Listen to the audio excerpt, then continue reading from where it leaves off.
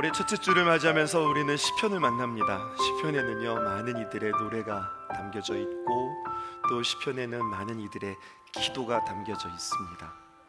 시편에는 인생의 많은 고난과 아픔도 기록되어져 있고요, 또 그 아픔과 여러 가지 많은 시련을 주님 말씀 안에서 어떻게 잘 이겨냈는지 그 이겨낸 이야기들도 성경에 많이 기록되어져 있습니다. 이번 주부터 시작하여서 시편에서 배우는 기도 대행진 시리즈, 우리는 기도 대행진을 하는데 특별히 시편을 통하여서 우리는 하나님의 귀한 말씀들을 배우고자 해요. 이것을 매주 첫째 주마다 갈지 아니면 5월 한 달 동안 갈지는 좀 고민 중에 있습니다.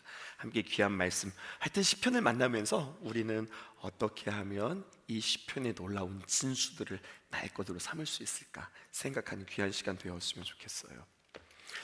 살아가다 보면 말이지요, 반갑지 않은 손님이 우리에게 불쑥 찾아올 때가 있습니다. 성은 두시오, 이름은 려움이라고 하는 두려운 말입니다. 인생 살아가면서 이런 손님 누구나 한 번쯤은 다 만나보았을 것 같은데요, 그런데 인생의 두려움에는요 두 종류의 두려움이 있다고 하는 사실이에요. 첫 번째, 두려움인데 두려움의 대상을 알아요. 내가 왜 두려운지 아는 겁니다. 그러면은요 이 두려움을 우리는 다른 말로 공포라고 그렇게 이야기합니다. 근데 두렵기는 한데, 내가 걱정이 되기는 한데, 내가 도대체 무엇 때문에 두려운지, 무엇 때문에 염려되는지 이게 좀 잘 헷갈리는 거예요. 잘 모르겠는 거예요. 두려움의 대상이 이게 묘연합니다. 이런 것을 가리켜서 그 두려움을 다른 말로 우리는 불안이라고 이야기합니다. 선명한 공포든 흐릿한 불안이든 어쨌든 이 두려움이라고 하는 손님이 우리 안에 불현듯 불쑥 찾아올 때, 여러분 우리는 그냥 이것들을 그냥 내버려 두거나 아니면 모르는 척 방치해 두거나 아니면 뭐 시간 지나가면 뭐 없어지겠지라고 그것들을 그냥 그렇게 내버려 두면 그냥 그렇게 없어지는 것이 아니라 어느새 이것이 우리의 마음 가운데 주인 노릇하고 우리의 삶을, 우리의 인생을 망쳐버리게 되어진다는 사실입니다. 그러므로 여러분, 이 두려움을 내몰기 위해서 두려움의 반대가 되는 것이 무엇인지를 우리가 발견하고 이 두려움에 반대되는 것을 붙잡는 거예요. 두려움을 붙잡는 것이 아니라 이 두려움에 반대되는 것을 붙잡고 이 두려움을 물리칠 수 있기를 주님의 이름으로 축복합니다. 그러면 첫 번째입니다. 우리는 두려움의 반대말을 알아야 합니다. 그 두려움의 반대말은 땡땡입니다. 이 말에 여러분 어떤 단어를 넣을 수 있으시겠어요? 두려움의 반대말 말입니다. 국어 시간에 반대말 쓰기 시간이 있었답니다. 반대말을 쓰는데 다들 고민하는데, 아니 왜 이렇게 쉬운 거를 고민하지? 이렇게 생각하는 거예요. 길다의 반대말, 안 길다. 여러분, 간다의 반대말, 안 간다. 깊다의 반대말, 안 깊다. 얼마나 쉬워요. 왜 이걸 가지고 다들 고민하지? 이걸 문제라고 냈나 싶은 거죠. 그리고 답을 제출했는데 빵점 맞은 거예요. 왜 틀렸지? 정답은 이것입니다. 여러분들은 잘 알고 계신 것 같은데요, 길다의 반대말은 안 길다가 아니라 짧다. 간다의 반대말은요, 안 간다가 아니라 온다. 여러분, 깊다의 반대말은 안 깊다가 아니라 얕다. 이렇게 표현하는 게 맞는다는 거죠. 여러분, 이 문장을 여러분들의 마음속에 한번 새겨보시죠. 반대말은요 적극적입니다. 반대말은 적극적이다. 이게 무슨 말일까요? 길다의 반대말은 안 길다 이렇게 하면요, 이 안 길다라고 하는 말에는요 적당한 길이도 포함될 수 있기 때문에 적극적으로 반대말은 짧다 이렇게 이야기해야 된다는 거예요. 간다의 반대말은 안 간다 하면 되지만 이 말에는요 안 가고 멈추다라고 하는 말도 포함되어져 있기 때문에 적극적으로 우리는 간다의 반대말은 온다라고 이야기를 해야 된다는 거죠. 그러므로 여러분, 두려움의 반대말은 무엇일까요? 안 두렵다? 이러면 안 되시고요. 여러분, 이 적극적인 단어를 우리가 알고 우리는 이 두려움을 극복하고 물리칠 수 있기를 바랍니다. 철학자의 도움을 받아볼까요? 죽음에 이르는 병이라는 책을 쓴 키에르케고르는요, 이렇게 이야기했습니다. 죽음에 이르는 병이 있습니다. 병들면 당연히 죽음에 이르지요. 근데 그 병이 무슨 병이냐? 절망이라고 하는 마음의 병이라는 겁니다. 근데 이 절망은 어디에서 오느냐? 곧 자기 상실에서 온다고 하는 거예요. 나를 잊어버렸다는 거예요. 어떻게 우리 자신을 잊어버릴 수 있죠? 철학자는 계속해서 이렇게 이야기합니다. 그것은 자신을 잊게 한, 자신을 창조한 하나님의 존재를 상실한 것으로, 절망이라고 하는 것은 다른 말로 표현하면 곧 하나님과 단절된 죄다, 이렇게 이야기하는 거예요. 말이 좀 어려우세요? 좀 더 쫓아와 보시죠. 그래서 이 죽음이라고 하는 것은 단순히 육체의 죽음만을 말하는 것이 아니라 영원한 생명을 상실한 것을 의미한다는 거예요. 그러니까 두려움의 반대, 절망의 반대말은 평안입니다, 소망입니다, 이 단어가 아니라 철학자는 이렇게 정의를 내렸습니다. 여러분, 두려움의 반대말은 바로 하나님을 믿는 믿음입니다. 땡땡이라고 하는 말에는 믿음을 넣으셔야 되는 거예요. 두려움의 반대말은 평안, 기쁨, 담대함, 이것이 아니라 두려움의 반대는 믿음이라고 하는 거죠. 철학자의 도움을 받았으니 이제는 성경의 말씀을 보실까요? 이사야서 12장 2절에 있는 말씀입니다. 보라, 나의 하나님은 구원이시라. 내가 신뢰하고, 신뢰가 무슨 말입니까? 믿는다는 이야기예요. 무엇을 믿습니까? 하나님을 믿는 거예요. 내가 신뢰하고 두려움이 없으리니 주 여호와는 나의 힘이시며 나의 노래시며 나의 구원이심이라. 내가 하나님을 믿는 것으로 인하여서 두려움을 내쫓는다는 거예요. 한 구절 더 보실까요? 시편 34편 4절에 있는 말씀입니다. 내가 여호와께 간구하매 내게 응답하시고 내 모든 두려움에서 나를 건지셨도다. 나를 건지시는 주체가 누구십니까? 하나님이라는 거예요. 하나만 더 보실까요? 이사야서 64장 1절입니다. 하나님이여, 내가 근심하는 소리를 들으시고 원수의 두려움에서 나의 생명을 보존하소서. 원수는 언제나 우리에게 두려움을 주는 거거든요. 그래서 원수의 두려움이에요. 그런데 그 원수의 두려움에서 나의 근심하는 소리를 들으시고 나의 생명을 보존하소서. 이 보존의 주체는 누구십니까? 하나님입니다. 그러므로 우리가 살아가면서 두려움과 공포, 두려움이 우리에게 있을 수 있는데 이 두려움의 반대는 무엇이라고요? 믿음인데, 여러분, 믿음에는요 언제나 대상이 있는 겁니다. 우리는 이렇게도 믿을 수 있는 거거든요. 안 될 것 같아, 힘들겠는데, 이번에는 어려워, 이건 못할 것 같아. 여러분, 이것도 믿음입니다. 못할 것 같은 믿음, 안 될 것 같은 믿음, 힘들 것 같은 믿음이 내 안에 있는 거예요. 여러분, 이렇게 내 자신의 형편과 상황에 따라서 내가 믿는 것이 아니라 하나님을 믿으실 수 있기를 주님의 이름으로 축복합니다. 무엇을 두려워하느냐? 여러분, 나에게 다가오는 문제를 두려워하는 것이 아니라 하나님을 두려워하실 수 있기를 주님의 이름으로 축복합니다. 우리는 하나님을 두려워하는 게 아니라 상황을 두려워해요. 상황을 두려워하고 하나님은 무시하지요. 그런데 그리스도인들은 누구냐? 하나님을 두려워하고 우리에게 만난 상황들은 주님께서 건져주신다, 이렇게 믿는 겁니다. 그럼 두 번째, 우리가 믿는다.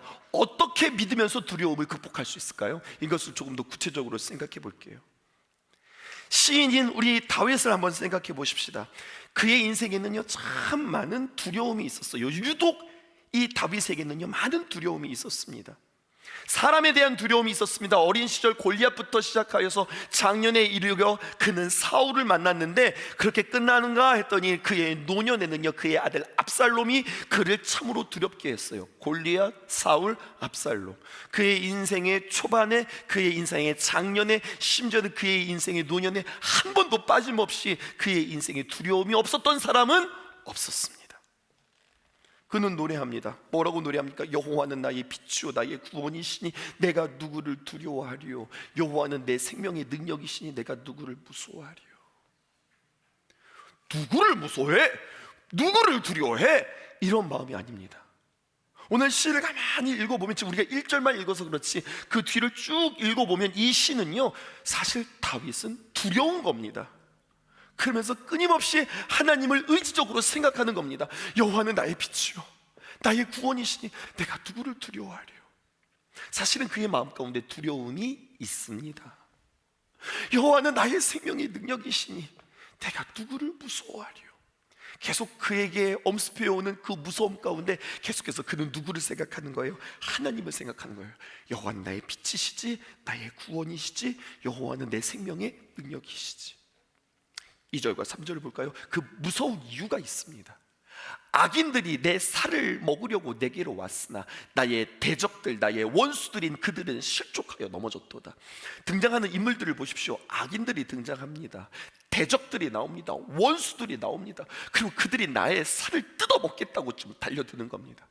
특별히 그는 목동이었잖아요. 그러니까 들짐승들 가운데 자신의 양들이 뜯기는 모습들을 그는 목도했었거든요. 마치 들짐승들에게 자신의 양이 잡혀 먹듯이 그렇게 원수들이 나를 지금 나의 살을 뜯어먹겠다고 지금 으르렁거리면서 달려오고 있는 상황 속이에요. 하지만 그들은 실족하여 넘어질 것이다. 그는 선포하는 거죠. 3절입니다. 심지어는요, 더 무리가 많아졌습니다. 악인들, 대적들, 원수들에 넘어 이제는 군대가, 여러분, 군대가 나를 대적하여서 진칠지라도 한두 사람이 나를 쫓아오는 것도 참 고달픈데 이제는 무리를 지어서 훈련된 군사가 나를 잡겠다고 진을 친 겁니다. 그런데요, 내 마음이 두렵지 아니하며 전쟁이 일어나 나를 치려 할지라도 나는 여전히 태연하리로다. 여전히 두렵고 여전히 무섭지만 나는 한 가지 비결을 갖고 나는 이것에 대하여서 그 두려움과 무서움에 함몰되지 않겠다. 그는 지금 고백하는 겁니다. 한 가지를 붙잡는 거예요. 그 한 가지 일만 붙들기 때문에 전쟁이 일어나 나를 치려 할지라도 나는 여전히 태어날 수 있다. 이렇게 고백하는 거죠. 그러면 그 한 가지 일이 무엇일까요? 그의 성전에서 사모하는 것, 갈망하는 것 한 가지를 붙잡는 겁니다. 4절에 있는 말씀입니다. 내가 여호와께 바라는 한 가지 일, 그것을 구하리니. 동그라미 쳐보세요. 내가 내 평생에 여호와의 집에 살면서 여호와의 아름다움을 바라보며 그의 성전에서 사모하는 것이라. 여호와의 집, 그의 성전, 이것을 내가 간절히 사모한다는 거예요. 사슴이 시냇물을 찾기에 갈급함같이 내 영혼이 주님을 찾기에 갈급합니다. 그의 갈급함은 어디에 있느냐? 주의 성전 예배 초소를 그는 갈망하고 있는 겁니다. 5절입니다. 이렇게 이야기합니다. 여호와께서 환난 날에 나를 그의 초막 속에 비밀히 지키시고 그의 장막 은밀한 곳에 나를 숨기시며 높은 바위 위에 두시리로다. 지금 초막이 나오고 장막이 나오고 높은 바위들이 등장하고 있는데요, 이것은 다 같이 한 가지를 지칭하고 있습니다. 그것은 바로 무엇이냐면 하나님 앞에 예배드리는 예배 장소를 말하는 거예요. 우리로 말하면 예배당을 말하는 거죠. 그리고 6절에 이렇게 이야기합니다. 이제 내가 내 머리가 나를 둘러싼 내 원수 위에 들리니 나는 그의 장막에서, 초막, 장막, 바위 높은 곳, 그 예배당에서 나는 무엇을 하겠다는 겁니까? 즐거운 제사를 드리겠고 노래하며 여호와를 찬송하리로다.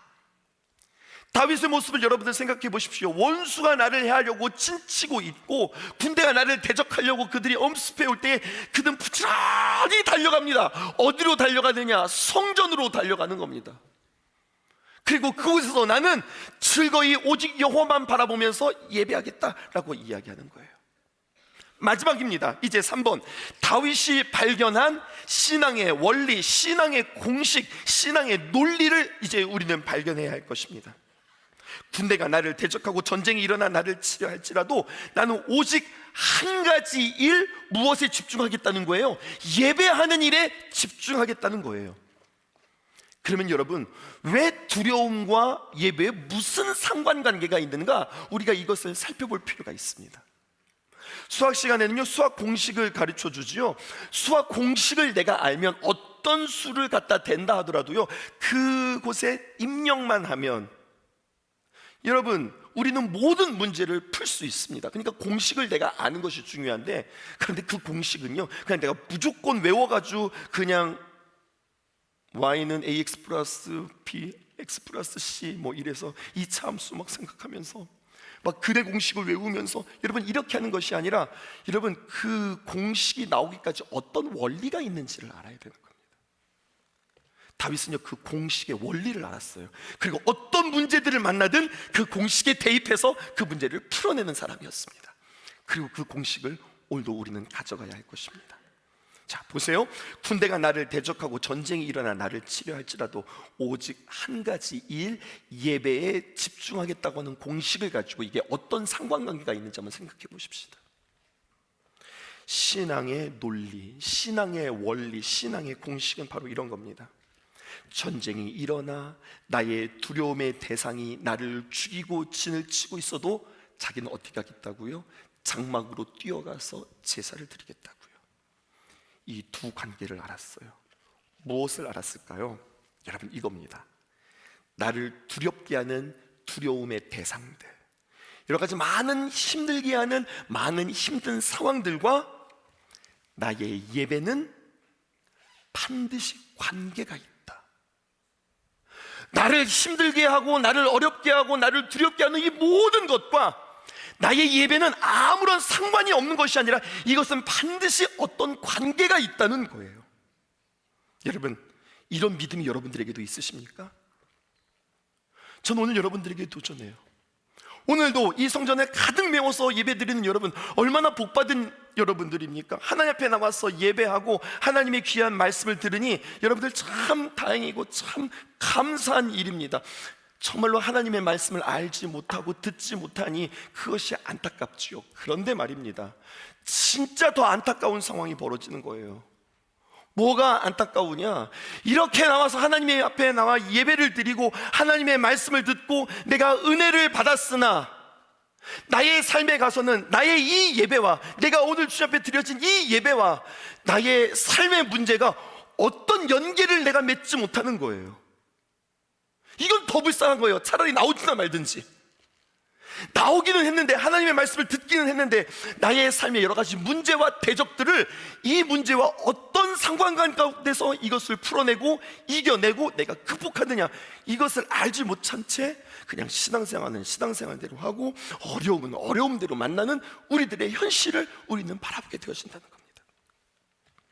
성경을 통하여서 그 공식들을 하나하나 풀어보십시다. 여호수아 장군 말입니다. 성경에 나오는 여호수아 장군은 참으로 용맹스럽고 용감한 장군이었습니다.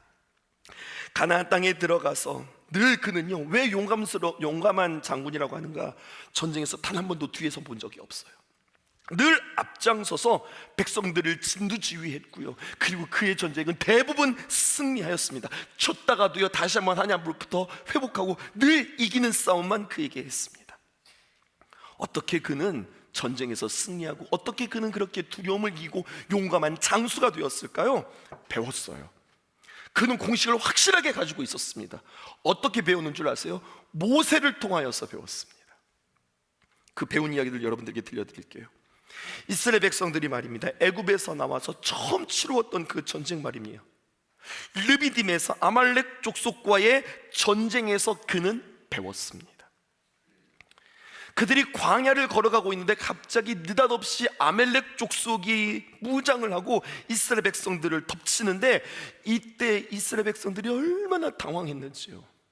왜냐하면 이 백성들이 어떤 백성들입니까? 애굽에서 말입니다, 이집트에서 노예 생활만 400년 했던 백성들이에요. 그러니 노예로 살았으니 무슨 훈련을 받아본 적이 있겠어요? 그들이 나올 때 어떻게 나왔어요? 이사하듯 나오지 않았습니다. 그들은 거의 탈출하듯 나왔습니다. 6월절 사건 여러분들 아시죠? 급하게 먹고 급하게 띠를 띄우고 지팡이를 붙잡고 여러분 거의 도망치듯 나온 것이 애굽입니다. 그랬더니 그들의 삶에 무슨 무기가 있겠으며 무슨 훈련이 있겠습니까? 여러분, 그렇게 싸울 수 있는 무기를 갖춘 것도 아니고 형편도 안 되는데, 그런데 여호수아가 놀라운 것을 한 가지 발견하는 거예요. 이건 죽었다, 이것은 죽는 싸움이다 생각했는데 말이죠, 여러분들 잘 아는 이야기입니다. 산에서 말입니다, 모세가 손을 들고 기도하는데 여러분, 르비딤에서 현장에서 싸우는 사람들이 이기더라는 이야기예요. 모세가 기도하다가 지쳐서 그 손이 내려오는데 여러분, 이들이 르비딤에서 싸움에서 지더라는 이야기예요. 이게 무슨 관계지? 기도했더니 이기네? 이들이 기도가 멈추었더니 이들이 지네? 이것을 알았습니다. 여러분, 그래서 여호수아서 1장 9절에 보면 이렇게 이야기합니다. 모세가 죽고 여호수아 1장이니까 이제 여호수아가 막 시작되는 거 아니에요? 여호수아가 걸출의 지도자 모세를 뒤이어 이제 지도자가 되면서 그에게 어려움과 두려움이 있을 때 이렇게 이야기한 겁니다. 내가 내게 명령한 것이 아니냐, 강하고 담대하라, 두려워하지 말며 놀라지 말라, 내가 어디로 가든지 내 하나님 여호와가 너와 함께 하시느니라 하느니라. 여러분, 그런데 이거 한번 잘 생각해 보세요. 막 두렵고 떨고 있는 사람한테 가서 걱정하지 마, 두려워하지 마, 떨지 마. 두려워하고 싶어서 두려워해요? 떨고 싶어서 떠는 거예요? 무서워하고 싶어서 무서워하는 거예요? 나도 그렇게 하고 싶지 않다고요. 무서운데 어떻게 해요? 두려운데 어떻게 해요? 그냥 하나님께서 이렇게 말씀하신다고요. 이거 도대체 어떤 대책을 가지고서 이렇게 말씀하시는 걸까요? 기억하라는 거예요. 너 공식 가지고 있잖아. 이기는 법 알고 있잖아. 모세라고 하는 확연하게 다른 평범한, 모세와는 다른 너무나도 평범한 이 여호수아가 이 민족을 이끌고 큰 전쟁을 목전에 두고 있을 때 그는 두려웠을 때 두려워하지 마. 너 기억하잖아. 너 알고 있잖아. 모세가 어떻게 싸웠는지 너 알고 있잖아. 여러분, 두려워하지 않고 강해진다고 하는 것은요, 그냥 내가 강해야지 이것이 아니라 영적인 공식, 영적인 원리, 영적인 논리를 다시 한번 확인하고 그대로 대입하는 겁니다. 성도들은 이 말 참 좋아해요. 내가 어디로 가든지 내 하나님 여호와가 너와 함께 하느니라. 함께 하신 하나님의 말씀 너무나도 좋아해요. 근데 사랑하는 성도 여러분, 오늘 여러분들에게 도전합니다. 이 말에 다른 동의어로 여러분들 풀어내셔야 됩니다. 어떻게 풀어내셔야 하는지 아십니까? 경청하십시오. 중요한 대목입니다. 내가 어디로 가든지 내 하나님 여호와가 너와 함께 하느니라 라고 하는 말의 동의어는 어떻게 풀어내야 하느냐? 나는 어디로 가든지 어떤 문제를 만나든지 나는 내 하나님 여호와만 바라보면서 예배하리라, 이렇게 풀어내셔야 되는 거예요. 아멘이십니까? 지금 이 말 이해하고 계세요? 하나님은 우리에게 말씀하십니다. 내가 어디로 가든지 내 하나님 여호와가 너와 함께 하느니라. 그것에 그냥 아멘, 아멘, 그렇습니다, 아멘, 이것이 아니라 이것을 나는 반대말도 적극적이지만 순종도 적극적으로 나아가셔야 되는 겁니다. 이 말씀에 난 어디로 가든지 어떤 문제를 만나든지 문제를 만나면 나는 내 하나님 여호와만 바라보며 나는 예배에 승부를 걸겠다, 이렇게 싸우시는 겁니다. 신약에도 똑같은 이야기가 기록되어 있습니다. 신약에서 말입니다. 겟세마네 동산에서 예수님의 기도, 승리하신 기도가 십자가 위에서의 승리를 말합니다. 그런데 겟세마네 동산에서 예수님은 기도로 승리하셨는데 제자들은 기도하지 못하고 졸았어요. 그랬더니 당연하지요. 십자가 아래에서 제자들은 완패하고 맙니다. 여호수아는 이거 하나만 붙잡았어요. 기도에 승리하면 이긴다. 예배에 승리하면 이긴다. 여호수아는요, 이 논리, 이 공식을 가지고 있었던 거예요. 이거 하나 붙잡고 가나안 땅을 정복합니다. 그래서요, 여호수아는 가나안 정복 시 단 한 번도 기도를 빼먹은 적이 없었습니다. 질문해 볼게요. 여러분, 여호수아는 어떤 칼을 가지고 있었을까요?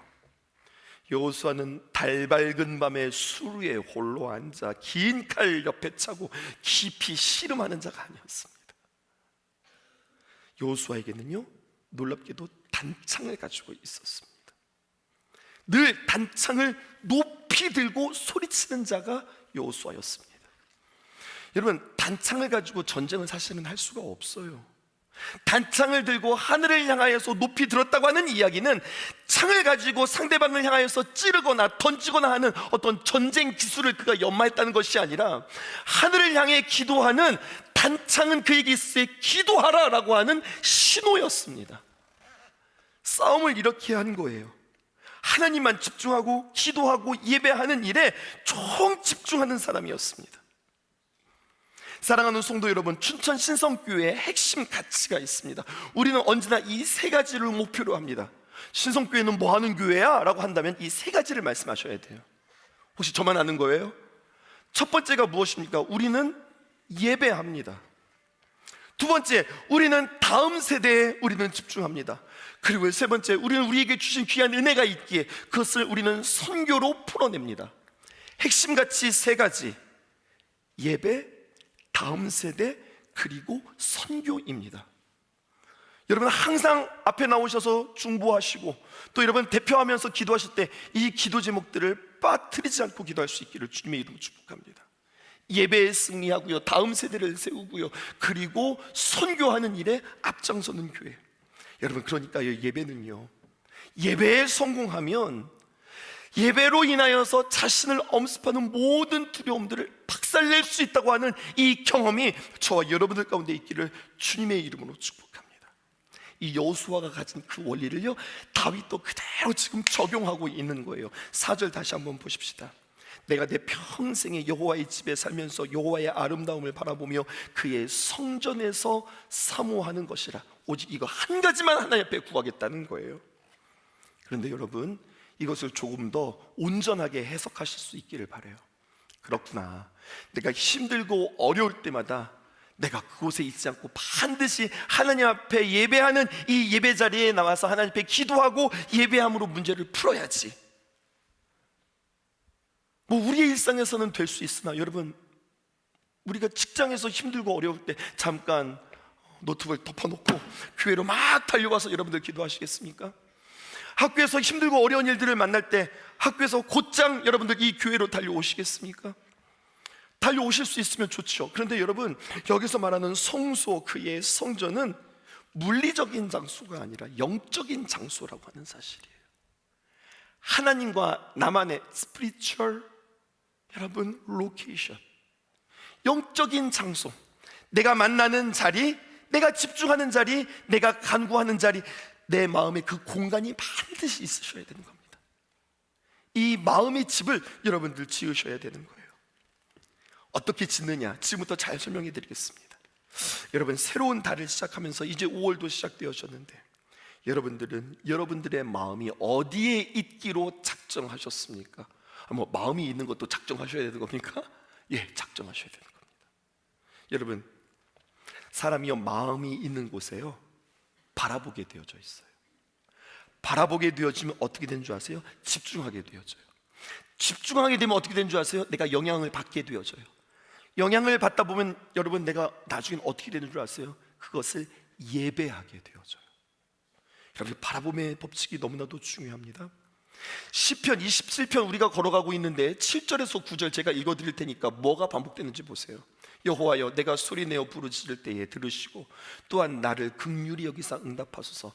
너는 내 얼굴을 찾으라 하실 때에 내가 마음으로 주께 말하되 여호와여, 내가 주의 얼굴을 찾으리이다. 9절 말씀입니다. 주의 얼굴을 내게서 숨기지 마시고 주의 종을 놓아여 버리지 마소서. 주는 나의 도움이 되셨나이다.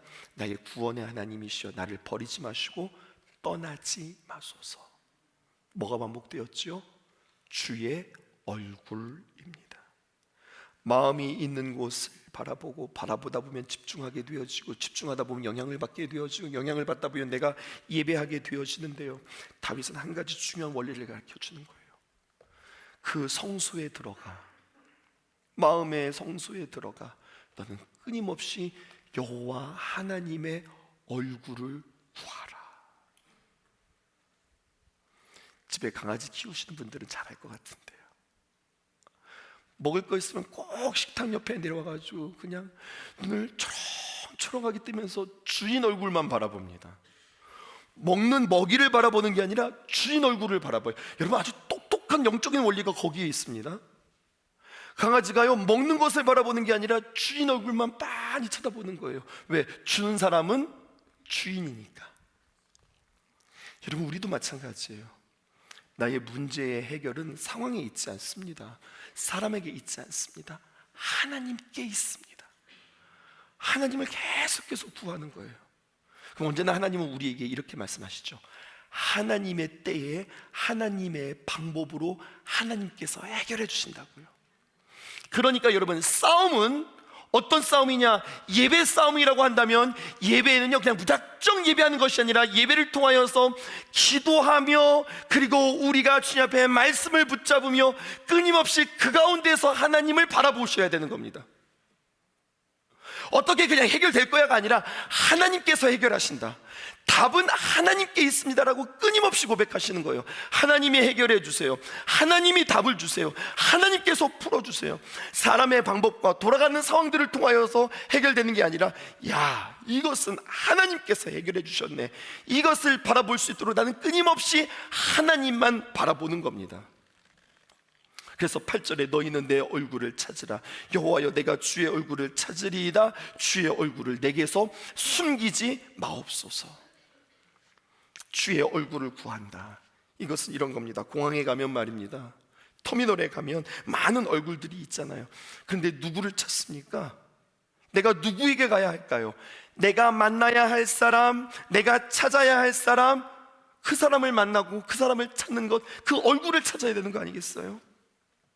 말씀과 기도로 끊임없이 기다릴 때 그냥 막연하게 기다리는 것이 아니라 해답이 하나님께 있다, 하나님을 만나야, 하나님을 찾아야 그 문제를 해결할 수 있어. 하나님을 바라보면서 하나님께 구하는 거예요. 하나님의 귀한 말씀을 붙잡고, 약속의 말씀을 붙잡고 하나님께서 이루실 때까지 끊임없이 달려가는 겁니다. 하나님의 얼굴을 구하는 것, 하나님께 답이 있다는 것을 아는 사람은 삼동으로 움직입니다. 이렇게 오늘 말씀 맞춰볼까요? 우리는 우리의 일상에서 말입니다, 하나님의 원하시는 뜻대로, 하나님의 동기, 하나님이 주시는 힘으로, 하나님의 동력, 하나님께서 함께 하심으로 하나님과의 귀한 동행, 내가 일하는 모든 것들의 동기, 나의 힘의 동력, 그리고 하나님과 함께 동행하는 자로 하나님의 얼굴을 구하는 겁니다. 걱정과 두려움이 있으신 여러분들, 염려 없으신 분들 한 사람도 없잖아요. 이 시간 여러분들에게 도전하겠습니다. 나는 주님 앞에 예배를 승리함으로 말미암아 나는 이기리라. 내가 정말로 예배에 집중하고 하나님 앞에 잘 구했더니 하나님 풀어주신다, 하나님 이기게 하시네. 내가 예배에 실패하고 내가 하나님 앞에 집중하면서 내가 충만하게 예배를 드리지 못했더니 나의 삶이 망가지네, 엉뚱해지는 거죠. 내 삶이 이렇게 예배가, 내가 온전하게 하나님 앞에 예배 드리지 못했는데 나의 삶이 뭐 엄청 잘 돼. 여러분, 그게 잘 되는 게 아닌 거예요. 내가 하나님 앞에 정말로 예배하고 정말로 집중하고 내가 정말로 전심을 다했는데 뭐가 안 돼. 여러분, 이건 뭐가 안 되는 게 아닌 거예요. 하나님은 우리를 예배하는 자로 부르셨습니다. 반드시 예배는 우리의 삶과 상관관계가 있는 겁니다. 예배의 승리함으로 말미암아 우리의 삶을 이겨내실 수 있기를, 뚫어낼 수 있기를, 든든히 버틸 수 있기를 주님의 이름으로 축복합니다. 내 주 대신 주를 참 사랑하고 곧 그에게 죄를 다고 하리라.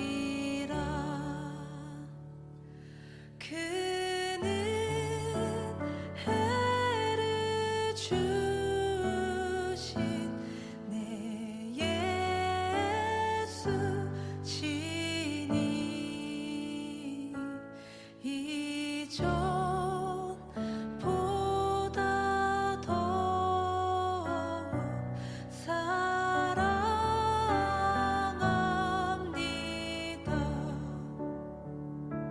주 날 사랑하사 구하시려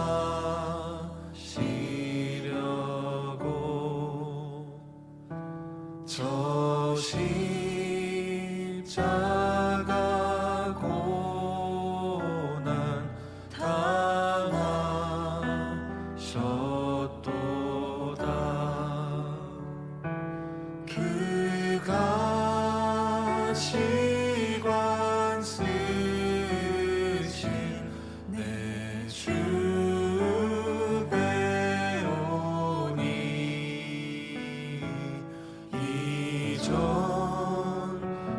이전보다 더욱 사랑합니다. 내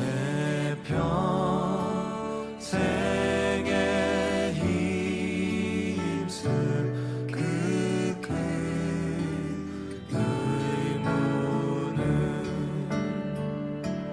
주 예수의 덕을 늘 기리다가 숨질 때라도 내 할 말씀이 이